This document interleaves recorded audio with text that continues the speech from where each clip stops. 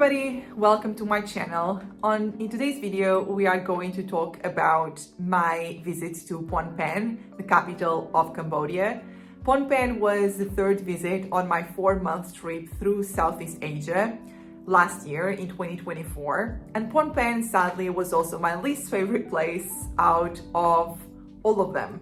So on this video, I'm just going to be very honest about my experience because that's what I'm here to do. I'm just here to talk about my experience, not necessarily to give travel advice or anything like that.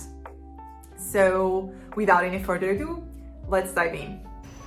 So I arrived in Phnom Penh in the evening and ended up getting to my hotel late. It was already dark, not necessarily late, it was just dark already.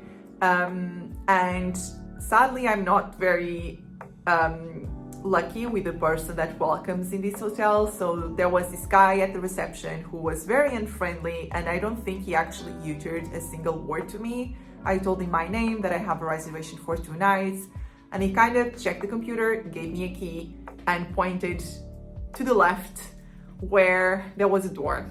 And I then realized, oh no, my room is next to the reception at the ground floor. This is going to be noisy.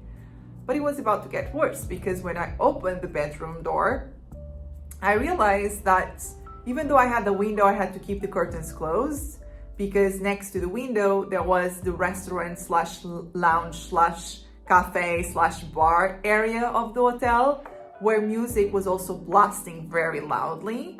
But I thought, it's the evening. That's probably why. Hopefully they will turn off the music later in the night, because then it will be time to sleep.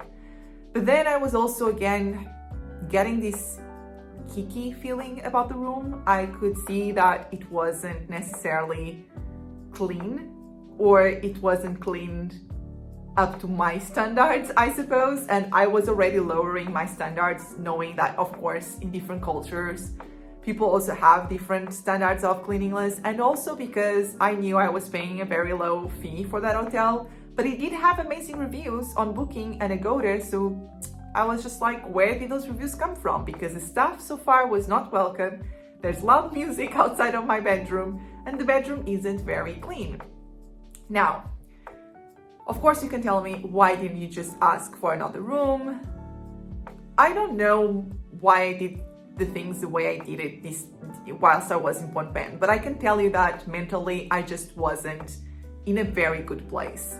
My anxiety was creeping up a lot. I was a little bit tired from traveling already, even though I had just been 2 weeks traveling, and I was really starting to feel a little bit overwhelmed about the cultural shock and about all of the decisions that I had to make so far in my trip. And so I just wasn't in the best mental place, to be quite frank, and I had to choose my battles. And what I thought at that moment to myself was like, you know what, you're just gonna stay here for 2 nights. You can handle this for 2 nights. It's gonna be fine. So I dropped my backpack on the floor, washed my face, go out to get some food, because you always feel better after you've got some food in your system, which was indeed the case. So I go back to the hotel, try to go to sleep. Sadly, they didn't turn off the music until very later in the night. I know it was past midnight when the music was still blasting. And again, I know I could have gone and complained. I was the one who decided not to. Again, a little bit against my personality, but I was just not in the right mental state. I was hoping that the next day I would wake up in a better mood. I didn't, because I wake up at 7 a.m. with the music blasting once again. So I woke up already feeling quite overwhelmed, even though my day hadn't even started, feeling again very anxious, and I was getting into this spiral of obsessive thoughts about the whole, why was I there? Why was I traveling? Why am I doing this? It was very toxic, a very toxic moment. And I've only had 2 moments like this during my 4-month traveling, thankfully.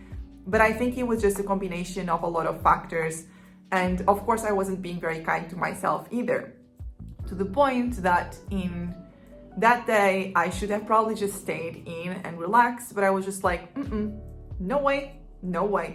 We're gonna go out there because the show must go on, and I'm gonna get up to what I plan to do today in Phnom Penh. And to reiterate, I did only have just that one day to explore the city and to do what I wanted to do, because the next day I was going to be flying out to Phnom Penh to Siem Reap. My main goal in going to Phnom Penh was to actually visit the Genocide Museum, the Tuol Sleng Detention Center, and basically I looked into Google Maps and I noticed that it was an half an hour walk from my hotel.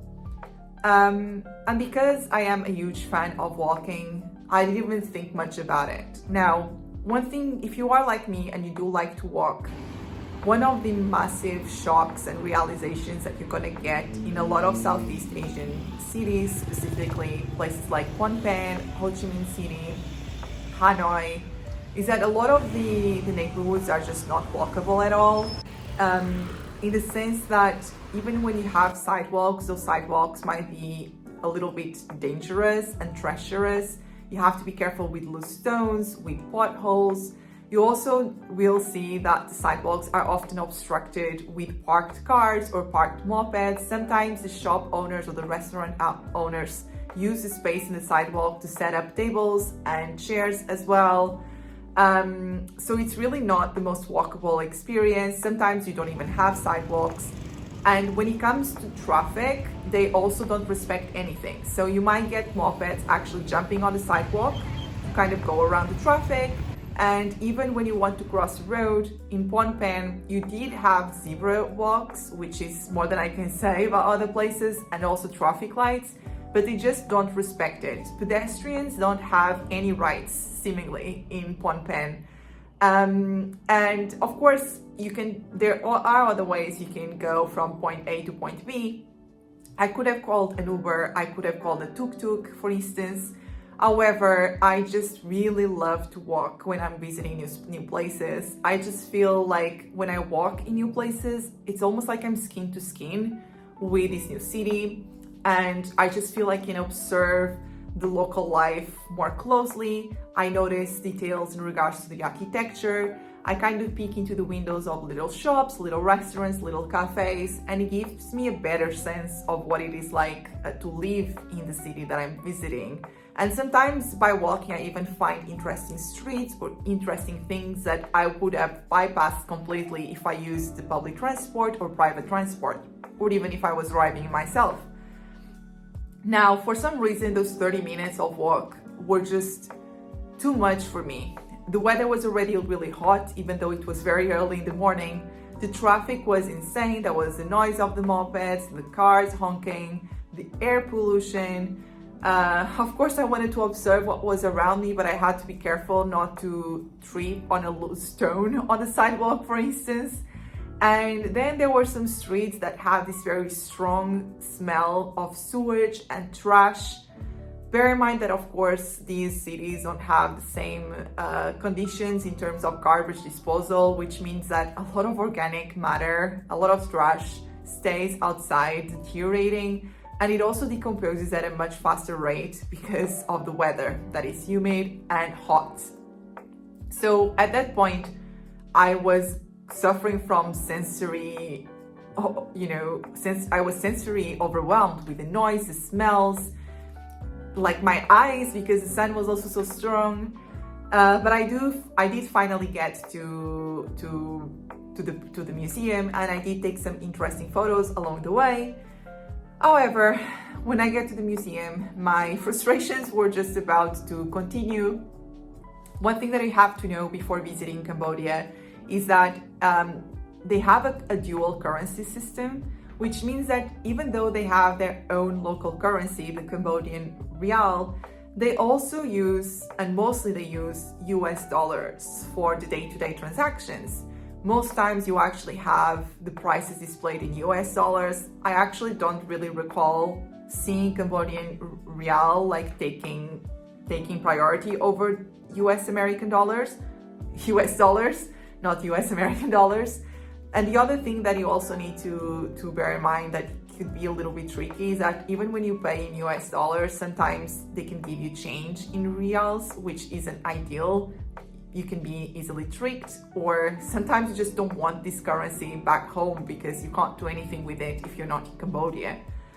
Now, the other thing to bear in mind, you could think, oh, I can just pay by card, but no, because Cambodia is actually a country that is very cash-based. You can't use card to pay in most places. Even at 7-Eleven, I couldn't pay by card, which I found really weird. So just bear that in mind. Knowing that beforehand, I had brought with me US dollars. However, I only had $100 bills. And I suspected this was going to be a problem. But going into this museum, the ticket was $5. And I just thought, oh, surely they have lots of cash from other visits from the previous day. Bear in mind, I was going when the museum was opening. So hopefully they will have enough change. But of course, my suspicions were right. Once I get to the reception of the museum, I am sadly faced with another very unfriendly lady. And she was not helpful at all. She just said, sorry, can't take that, don't have change, come back later. And I was just like, I didn't just walk all the way here, these 30 minutes of hell walking here, just to not be able to enter because I don't have the right change. So I looked around, there were no restaurants, no shops, nothing where I could go and try to buy something and get smaller change. So I asked the lady if there was an ATM around. She said, yeah, there is. I walked there just to get there and see there's a note on the ATM saying, oh, we're sorry, but we're only giving you $100 bills.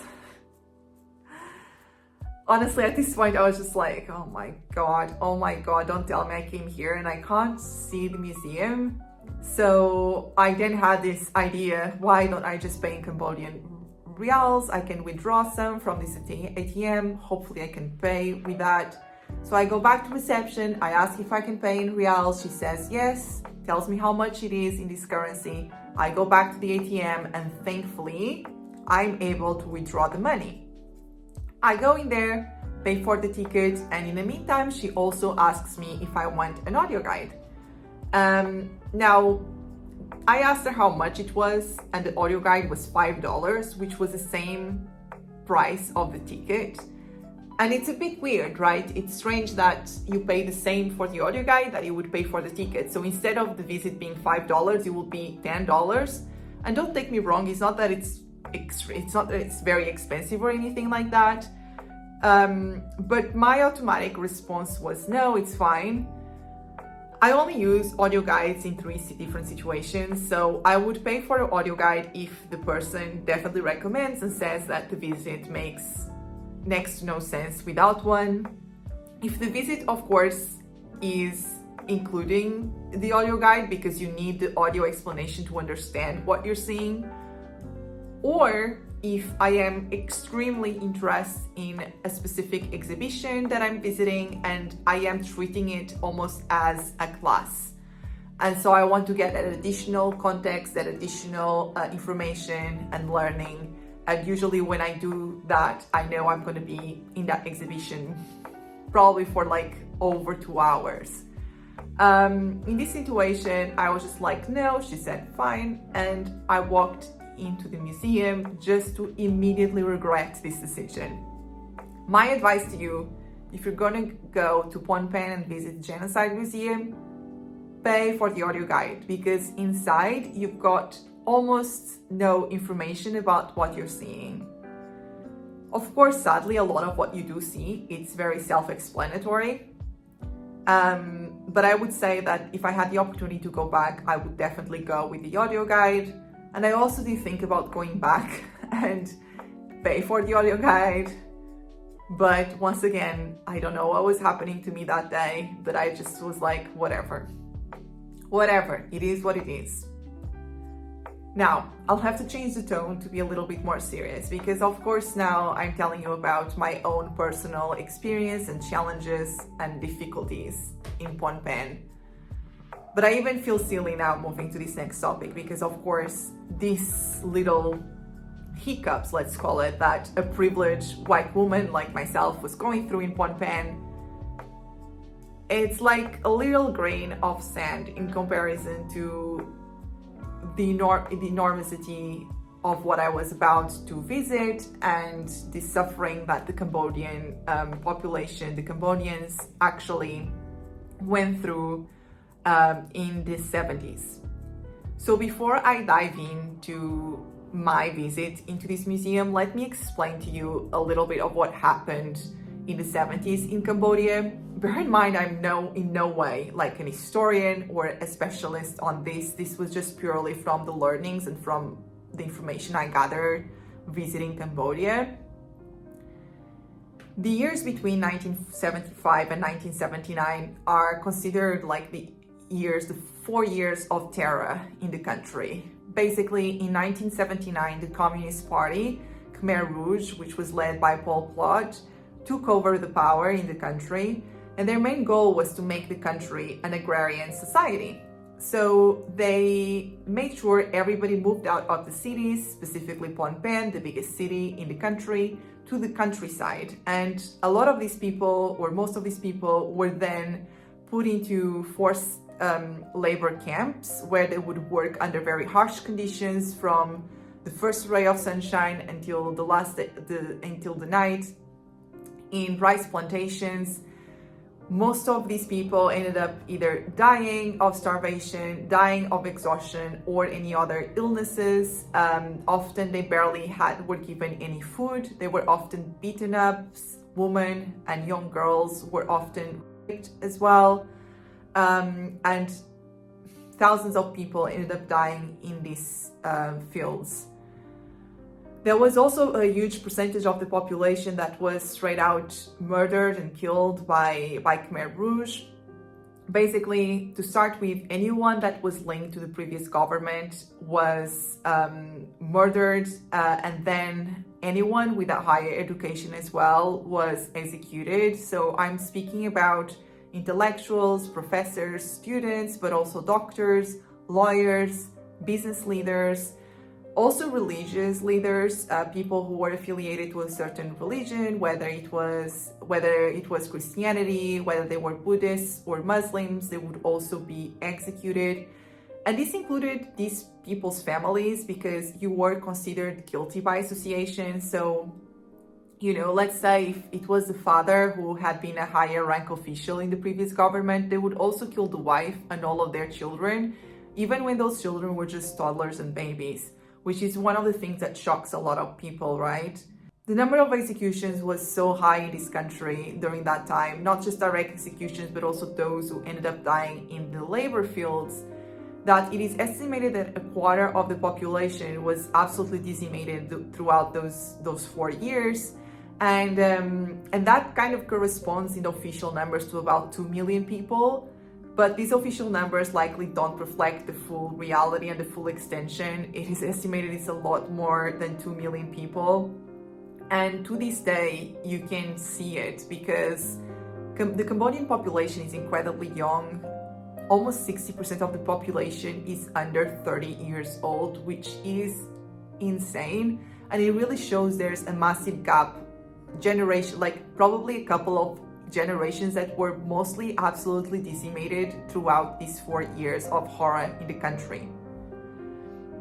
Now, the place that I was visiting, the Tuol Sleng Genocide Museum, was one of the main detention centers where the Khmer Rouge would bring people who were suspected or accused of being traitors to the regime or potential danger to the regime, right? And in these detention centers, they would be mostly tortured and forced to give out names of other people who were involved in the conspiration, but also a lot of them ended up dying in here. When they didn't die in this place, they were taken to outside of the city in a place that you can visit as well, the killing fields, to be murdered. One thing they were certain, the moment you were taken to the detention center, you knew that was it. You're never coming back out. So, as you can imagine, visit a place where these atrocities happened. It's not an easy visit. but I would argue that it's such a necessary one. I think often we want to believe in the kindness of people, in the good of people, but I think it's almost sometimes more important to be reminded of the unspeakable acts of cruelty that us as humans have been capable of throughout history and to this day in the present. You know, in some of the rooms they had some stories of the people who had been taken by the Khmer Rouge and you know, tortured and eventually killed, and it's terrible. It's really a really heavy, harsh visit that will make you uncomfortable, but again, necessary. I'm not going to describe the things that I did see there that really like revolted me, but I would say that one of the things that made me the saddest was knowing that the place where this detention center, the place I was visiting that became this place of torture, of execution, had been a school. Before it became this place of unspeakable cruelty, these buildings housed children who went there every day to learn, to dream, to think about what they wanted to be in the future, to play with their peers, to make friendships and to make, you know, enemies. It was a place where dreams were cultivated, and it became a place where those same dreams came to die. And I think that was what really got to me when visiting the Tuol Sleng Genocide Museum. Now, that was obviously a very heavy visit, and I had initially planned to go visit the killing fields as well, but I just knew I couldn't do it because it was already too much for that day, and I would have gone there if I had stayed an extra day in Phnom Penh, but it's not something that I look back and I regret. If you're visiting Cambodia or you're curious about this part of history, there is a book I can recommend. First They Killed My Father. This book is a first-hand account of a survivor of the genocide. She was just a child, a 5-year-old child when this happened. First her father taken away, then her mother and her little brother and her little sister. It's really tough. She survived. I believe now she lives in the US. But this is a really powerful book. I know that Angelina Jolie also adapted the book to screen a few years ago, so if you're not much into reading, maybe that's another way you can consume this content. Now, after such a hard visit, I was just like, I need to go for a walk, as if the 30 minutes walk that I had done were not hard enough. And yeah, I went to visit the Central Market in Phnom Penh, which is interesting from an architecture perspective, but I wouldn't recommend it as a place to go to buy souvenirs or crafts. You don't really find it in there.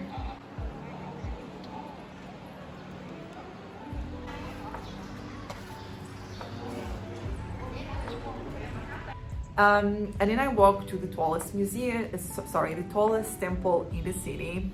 I can't recall the name now, but I actually quite liked this temple because it was surrounded by so much nature, and I really needed to be protected by the shadows of the trees, and just being surrounded by nature really almost cleansed the palette of what I had just experienced in the Genocide Museum.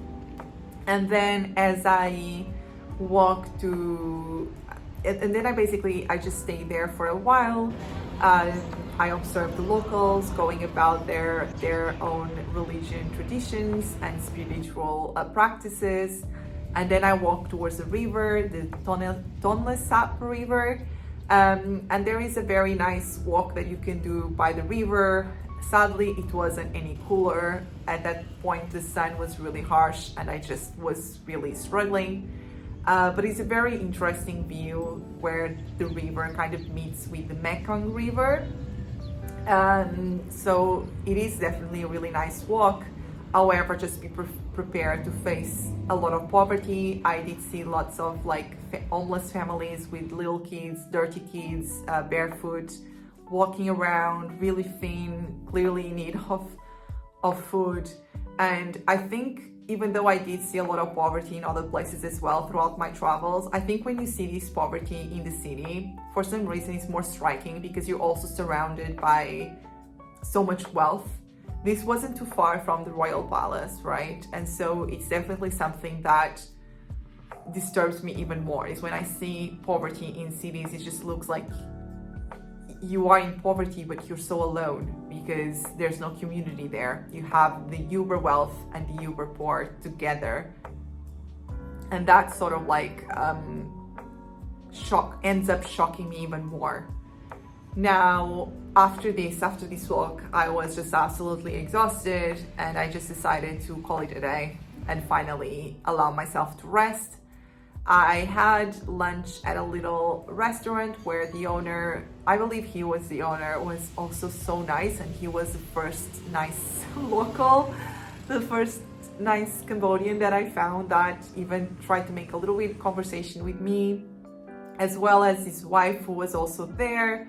And that was a really nice moment. And then I walked back to the hotel, and I ended up spending some time reading in the terrace area. That was actually quite nice, much nicer than my bedroom. And I also made the decision to upgrade my next stay to a much nicer hotel, because I just needed to gift the gift of comfort, to kind of be able to sleep in a room where I didn't have the heat. So for my next stay in Siem Reap, I ended up staying in a much better hotel. But I'll talk to you about that in my next video. And until then, if you like the video, like the video. If you want to subscribe. I also write in a blog, and I've been writing in there for many years. Actually, all of this content has been already published in there, where there's also a lot of photography. So if you want to check that out, that's also in the description box alongside with my Instagram account. And that's all. Thank you so much for watching. Bye bye.